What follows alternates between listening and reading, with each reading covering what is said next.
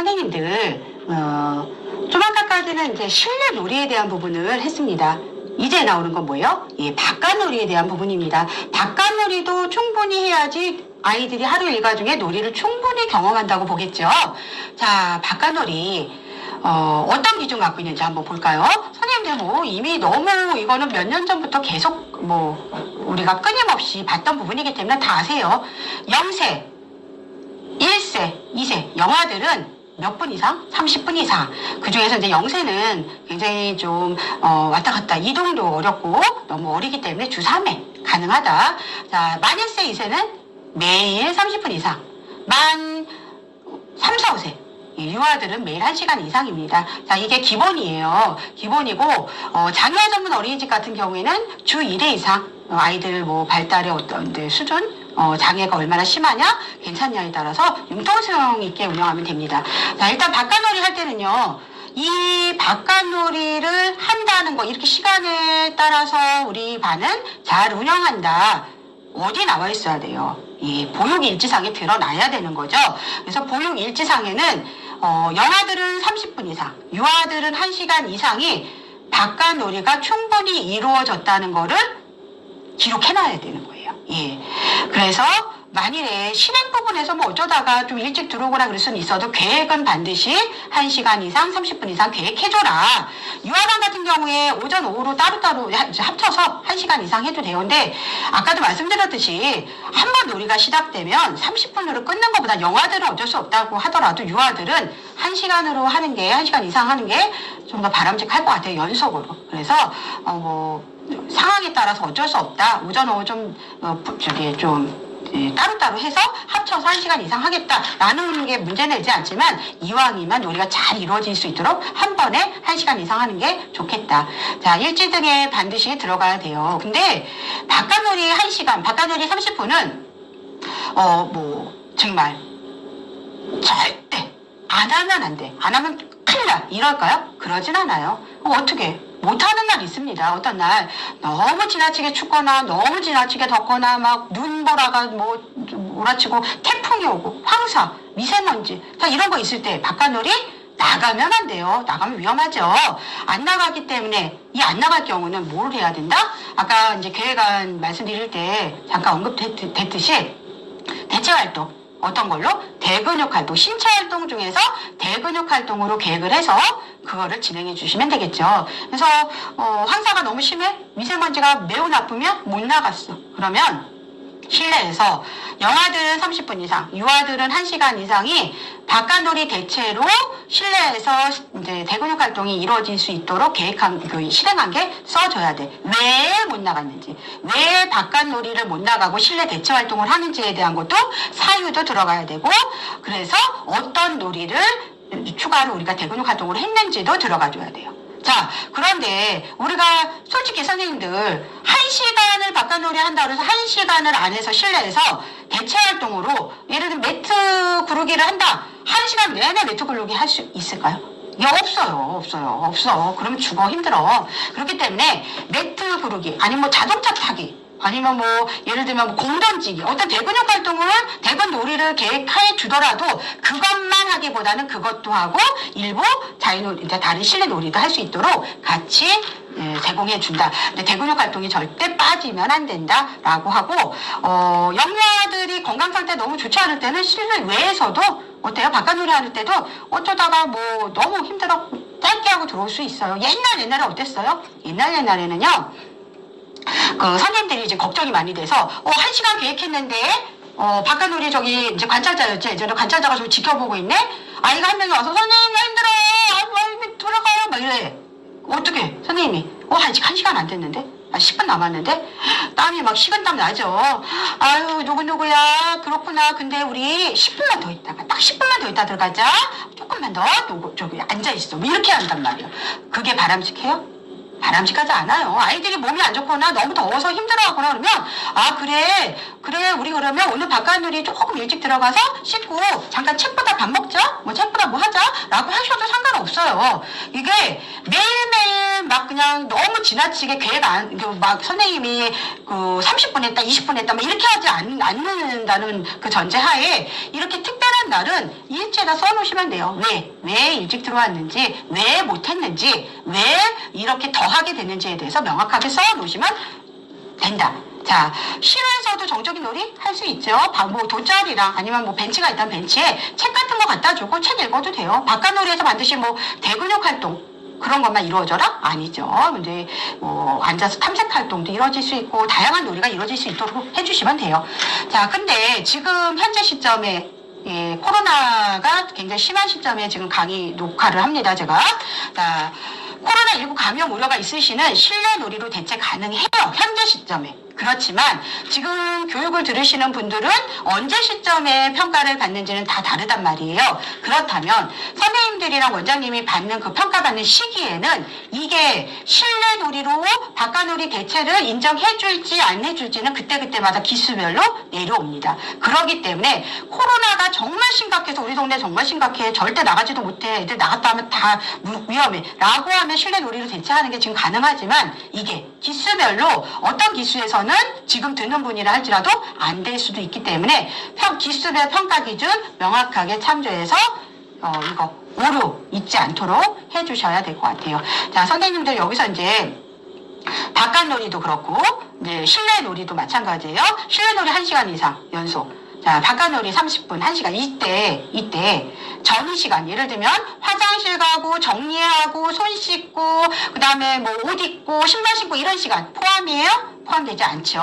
온전히 바깥놀이 시간 1시간 30분. 그다음에 실내 놀이도 온전히 1시간이 되고 정리나 전이 시간은 별도로 계획을 해주시거나 아니면 그 놀이 시간을 조금 길게 좀 계획하셔야 된다는 거. 그거. 그 다음에 영세는 주3회고 1세는 매일 1시간, 저희 30분 이상인데 그럼 영희세 혼합반은 어떻게 할까요? 영희세 혼합반은 낮은 연령 따르시면 되세요. 낮은 연령 주3회. 그래서 만일세, 영세 만일세 혼합 연령 혼합반을 구성했다면 그냥 주3회 30분 이상 하셔도 괜찮다는 거 말씀드립니다.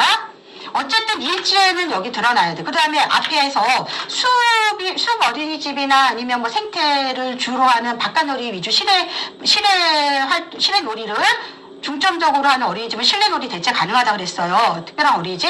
그때 그 2시간에 이거는 포함되지 않죠? 2시간 별도로 이 1시간이나 30분은 별도로 해주셔야 돼요. 자, 그 다음에 또 하나. 자, 우리는 숲체험 그런 바깥놀이 위주 하는 어린이집이 아닌데 그냥 1시간 하는 여기 이렇게 그 일반적인 어린이집이라 1시간 계획했어. 그런데 바깥놀이 놀다 보니까 너무 재밌어. 아이들이 좀 들어가는 것보다는 이제 집 놀이에 집중했어? 그럼 한 20분 정도 더 놀고 싶어. 그럼 어떻게 하면 돼요? 예, 아이들이 놀이가 충분히 굉장히 활성화가 되는 시점이라면 끊고 들어가기보다는 거기다 사유를 쓰고 시간이 조금 조정된다는 거는 바깥놀이를 길게 하고 대신 바깥놀이를 한 20, 30분 더 했다면 실내놀이를 그만큼 줄여도 돼요. 그날은 특별한 날이기 때문에. 자, 이거는 이제 그날 따라 조금 상황에 따라 다른데 그런데 이런 거 없이 실내놀이 및 바깥놀이를 한꺼번에 해갖고 막 2시간씩 잡아놓고 해서 얼만큼 1시간을 실내놀이를 하고 1시간 바깥놀이 했는지 아니면 30분을 했는지 이게 구분이 안 돼. 시간이 구분이 안 되는 거는 둘 다 인정이 안 됩니다. 실내놀이도 인정 안 되고 바깥놀이도 인정 안 되고. 자, 근데 선생님들 아까 이제 바깥놀이를 중점적으로 하는 실외 놀이 위주의 그런 어린이집은 2시간 인정해줬어요. 실내 대체로. 자, 선생님들, 놀이의 어떤, 어느 게 더 좋아, 어느 게 더 이제 좋은 거야, 라고 어떤, 좀 좋고 나쁘고를 따질 수는 없겠지만, 바깥놀이를 더 많이 하는 게 사실은 더 아이들한테는 더 발달에 적합하죠. 마음껏 뛰어노는 거 바깥놀이. 자, 그렇기 때문에 사실은 저는 현재 시점에서도 실내놀이 및 바깥놀이 같이 해갖고 바깥놀이 더 많이 하고 실내놀이 적게 해도 그거를 일상적으로 융통성 있게 해도 되지 않을까라는 생각을 하는 사람인데 지금 평가제가 아마 변경이 될 거예요. 자, 올해 아마도 하반기에 한 2번 정도 시범 운영을 이제 내년부터 적용할 시범 사업에 대한 지표를 적용한 시범 어린이집을 모집해갖고, 좀 지표에 대한 부분을 좀 논의하고 적용시킬 예정인데, 그때는 아마도 이거 변경할 것 같아요. 뭐 바깥놀이랑 실내 놀이에 대한 어떤 기준, 시간 기준을 조금 융통성 있게 할 것 같은데 현재 시점은 어떻다? 올해는 어떻다? 실내 놀이 명확히 따로 나오고 바깥 놀이 구분이 되어져야 되는 게 현재 시점이다라고 보시면 될 것 같아요. 그래서 일지상이 드러나야 됩니다. 평가자 오는 당일날도 그렇게 관찰이 돼야 되고요.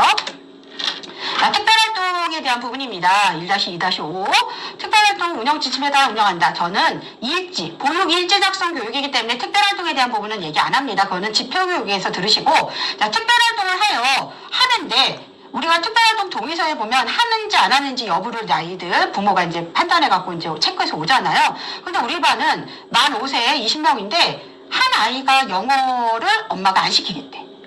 영어는 유아시기 하는 거는 별로 도움이 안 돼. 그러니까 학교 가서 하겠습니다. 특별활동 안 할게요. 우리 애만 해갖고 한 명이 빠졌단 말이에요. 그러면 한 명이든 두 명이든 어때요? 안 하는 아이가, 특별활동 안 하는 아이가 있다면, 너 돈은 내지 않았지만 그냥 옆에 가서 앉아있어. 이거 돼요? 절대 안 되죠. 특별활동 동의서에 안 한다고 한 아이는 특별활동을 같이 가서 할 수가 없어요. 앉아서 구경만 해도 안 됩니다. 참관만 하는 거 안 돼요. 그럼 그 아이는 뭘 해야 되냐? 그 아이는 따로, 별도로 그 시간만큼 놀이나 활동을 해야 돼요. 어떤 놀이, 어떤 활동을 했는지가 어때요? 일지상에 기록이 되어야 됩니다. 어떤 놀이를 했는지. 예전에는 표준교육과정에 기초한 자유놀이라고 돼 있는데 이거 없어졌습니다. 그럼 뭐예요? 어떤 놀이든 어떤 활동이든 한 거 기록하면 돼요. 우리 반은 특별활동 다 합니다. 그러면 이거 없어도 되죠. 적을 수가 없어. 우리 반은 어때요? 다 하니까 특별활동.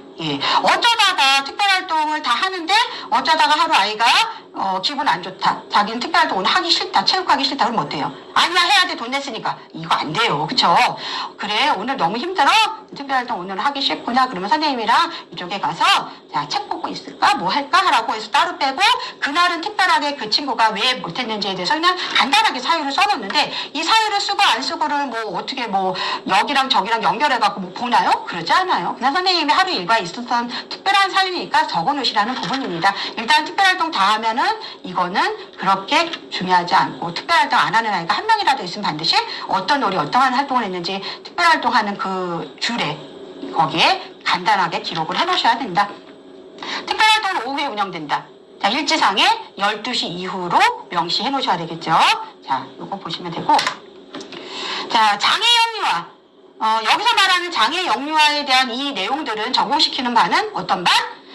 특수교사나 장애 영유아 담당 보육교사가 있는 어린이집에 한해서 통합 어린이집이나 전문 어린이집이겠죠. 장애 전문, 장애 통합 그런 어린이집에 한해서 평정하는 기준입니다. 장애 영유아를 위한 관련 서비스 이거는 간단한 치료를 포함해서 일과 중에 통합적으로 제공한다. 첫 번째, 장애 영유아를 위한 관련 서비스 치료 지원도 계획하고 제공하고 있다. 선생님들 아마 장애 담당 선생님들 특수교사들 너무 잘하시는 부분이죠. 개별화 보육계획안을 작성하셔야 됩니다. 개별화 보육계획안을 작성하셔야 되는데 개별화 보육계획안 안에는 이 반드시 들어가야 되는 기본적인 사항이 있습니다. 요거 놓치지 않게 다 써주시고 여기에 보면요.